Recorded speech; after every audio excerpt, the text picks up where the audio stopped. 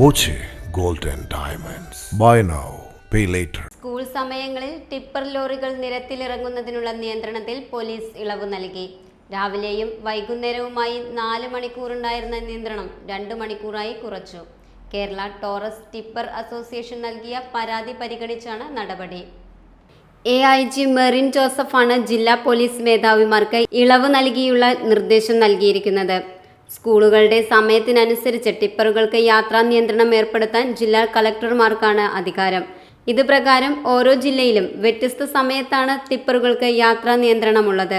രാവിലെ 8 മുതൽ 10 വരെയും വൈകിട്ട് 3 മുതൽ 5 വരെയുമാണ് ജില്ലയിലെ വിലക്ക്.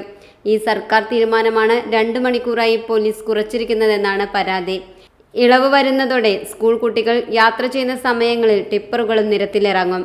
അതോടെ അപകട സാധ്യത വർദ്ധിക്കുമെന്നാണ് രക്ഷിതാക്കളുടെ ആശങ്ക. Time kids pre school, Mannannur road, Vaniyamkulam. .View news. കാഴ്ചകളാണ് ലോകം, കണ്ടു തുടങ്ങുക.